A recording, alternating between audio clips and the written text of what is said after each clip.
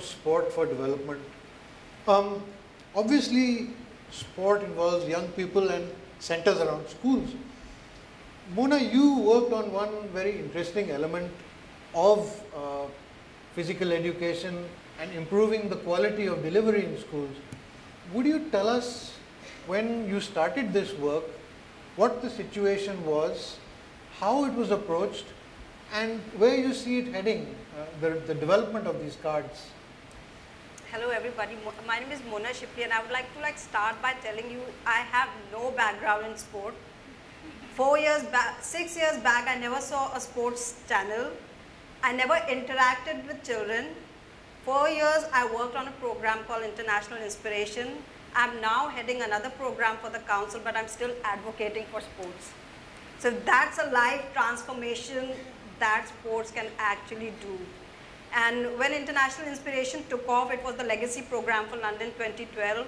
And there's a lot of empirical research and information out there that you can, a child is not performing well in a classroom, put him there on a play field, he'll develop confidence, motivation, he comes back and he starts performing better in academics.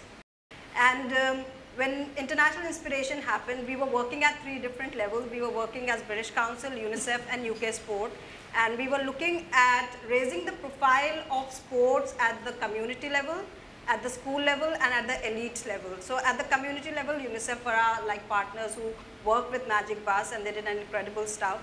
But I think in order to have good sport and to have good sporting talent for the nation, even to have a healthy nation, healthy body, healthy mind, you need to start at the grassroots level, and that's at the school. Because if you don't do it at the development level, you've lost a very important opportunity to develop skills at the right time. And when we did a needs analysis in India, we looked at, okay, so what are the gap areas in the Indian school, and why doesn't sport happen in schools? There is a physical education curriculum, and believe me, a lot of teachers, sport coaches didn't even know that this existed. So we picked up the curriculum and we said, okay, how do we make it interesting enough for teachers to actually transact it?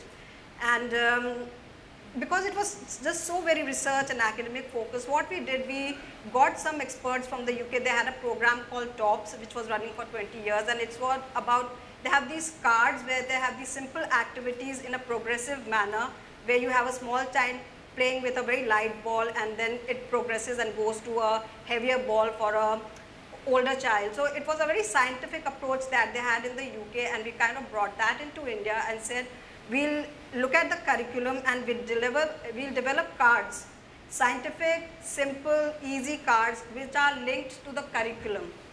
And what we'll do, how you do these activities, what are the learning outcomes, how does it also link to the teaching of science, maths and English. So it's another way of actually making it interesting for the children to study in schools.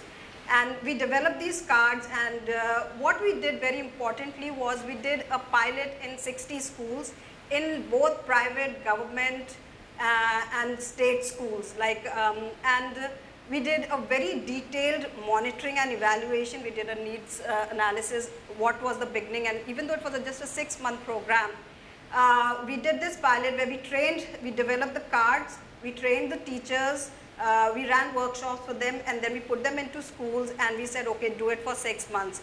In the beginning, you saw these children going out into the field, not having a very structured physical education lesson, but just running around and no learning outcome happening.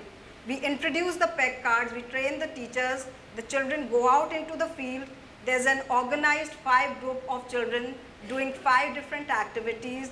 There are the primary teacher, they have the physical education teacher working alongside them, and they can interchange the activities. Right now what was happening, you had a group of 60 children throwing a ball probably in a net, one child getting a chance just once, and the period is over. So there is no physical activity happening. You have the cards, you have 5 different groups, and you have those groups changing activities, so everybody is engaged. So total engagement of the children, they saw the teachers getting involved.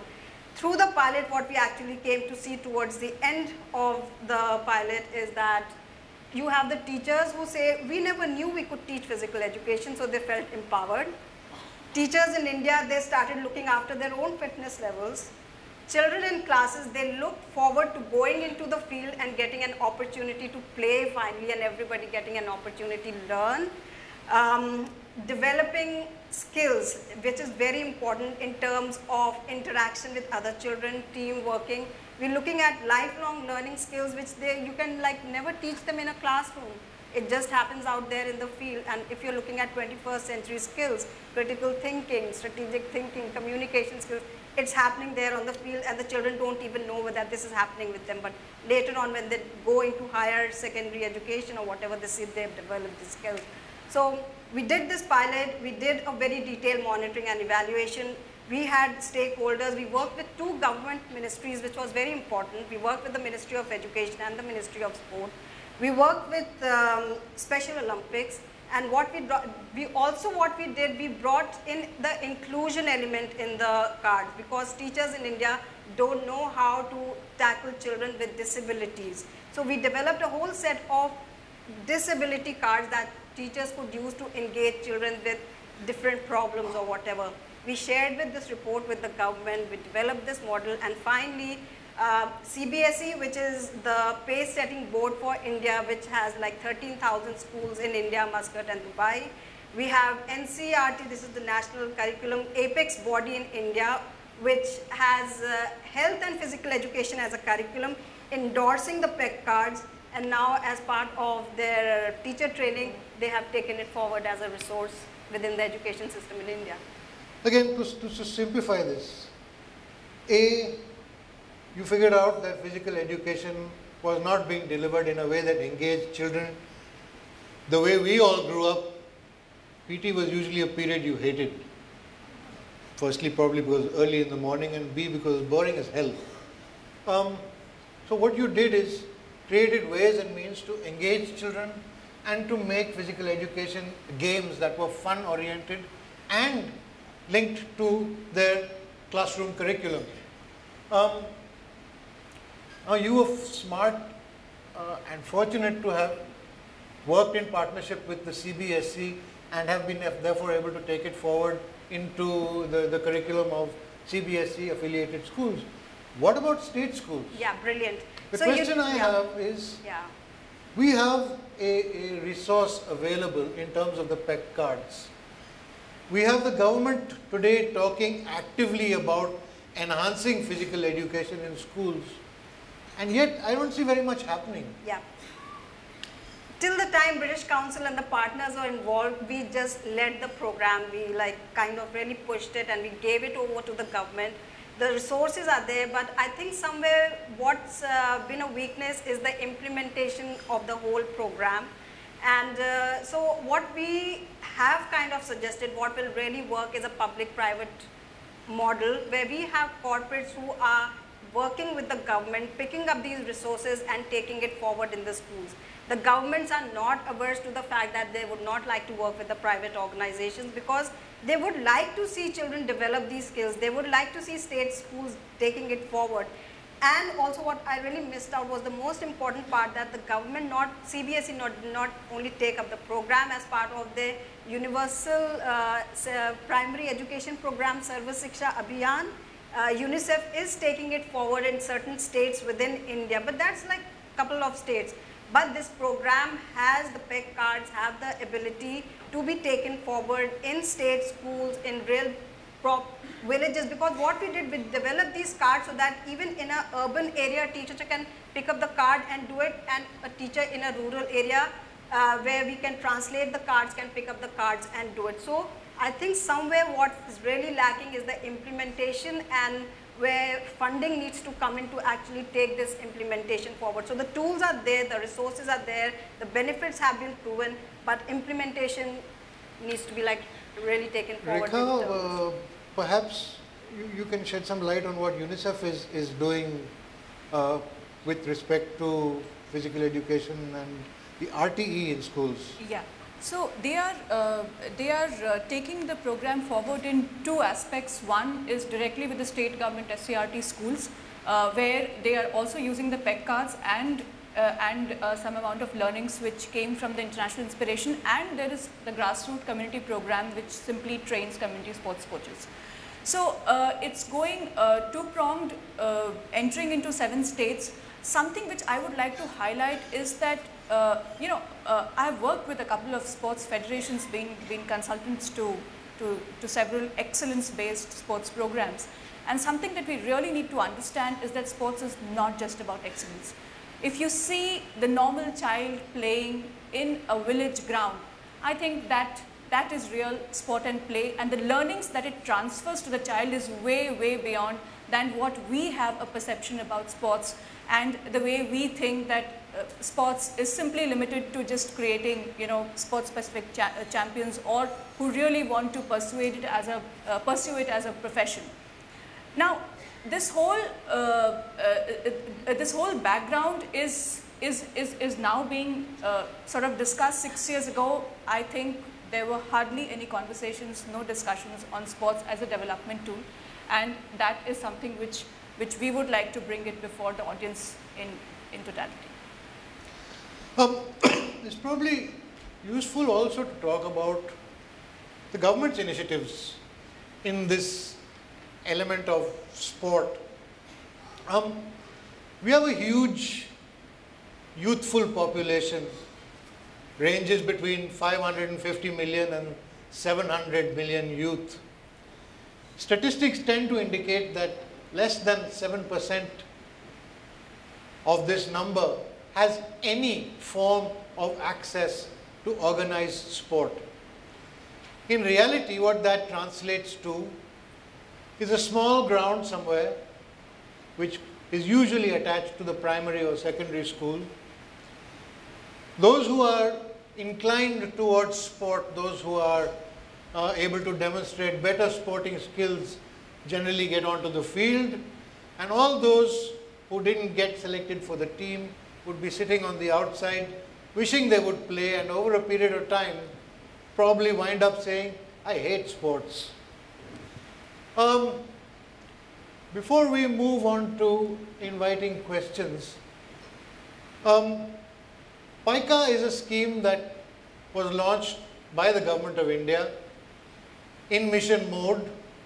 It aimed at promoting sport for all at the grassroots level, probably one of the largest such missions ever attempted, in the region of 8,000 crores to be spent over 2 planned periods, 10 years. The structure of PICA is fairly simple. It offers 100,000 rupees to a panchayat as a one-time grant for infrastructure development. It offers 10,000 rupees a year for equipment, a critical failing. It offers 10,000 rupees for village level competition, which is missing because all funds start at district level. And it offers a 500 rupee stipend per month for volunteers such as Magic Bus have been. Schematically excellent in terms of what PICA has been achieving. There are pockets where there's been great success, but the story, as in many other such ventures, is that the bulk of the money is not actually reaching the people to whom it should. So, before we move on, can I add something, Ravi? The attempt of PICA is basically to galvanize a lot of people into getting active. And I think the mandate is obviously to go beyond the competitions. And Rekha rightly mentioned that, what sport can do to someone's life is way, way beyond the sporting field itself. The learnings that you carry over a lifetime. And that's something that Sarita, who's speaking here before the panel started, was mentioning. That, beyond the fact that sport is possibly the greatest tool for engagement, and you can go on and on with the audience, deliberating over a development issue for a long time. The possibility to employ volunteers. Now, I worked in education, I worked in health, and I know that if you have a volunteer-led approach, or if you assume volunteers to lead your program, they'll do so for 3 months, 6 months, and then it'll peter off. It's never a sustainable approach.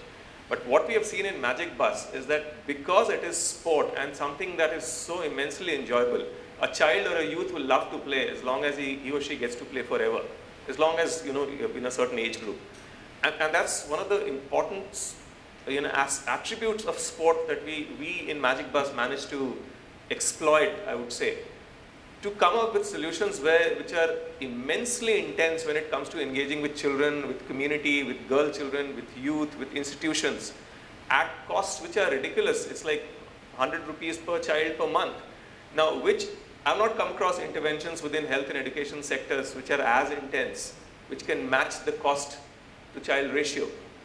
Now, why we managed to do it? Because the tools used are very simple. All you need is a couple of footballs and handballs and a few cones and markers, maybe a cricket set, and he's a volunteer who possibly does not need a salary because he or she carries the kit bag, which is empowering enough. They get to play, which is something that they love to do, and a whole chain of events follow at a volunteer level. And that's something that the PICA also imbibes by, because 500 rupees is not a stipend which is going to be very exciting.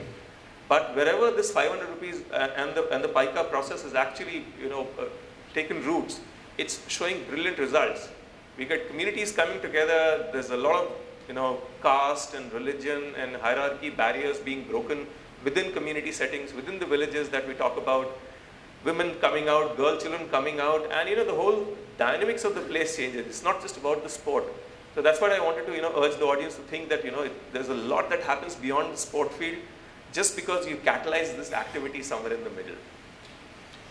So, ladies and gentlemen, perhaps you should back to when the last time was that you ran somewhere with wild abandon. Think about it. Probably thinking about when you were 3, 4, 5 years old. Thereafter, you've lost it. That's the case for many people who didn't have privileged backgrounds. And with this pandemic of non-communicable diseases, heart, diabetes, and so on and so forth coming, generically we need to make sure that people start living healthy lifestyles. But as this panel has been trying to convey, beyond the straightforward health and education benefits, there are significant other benefits that sport can give you.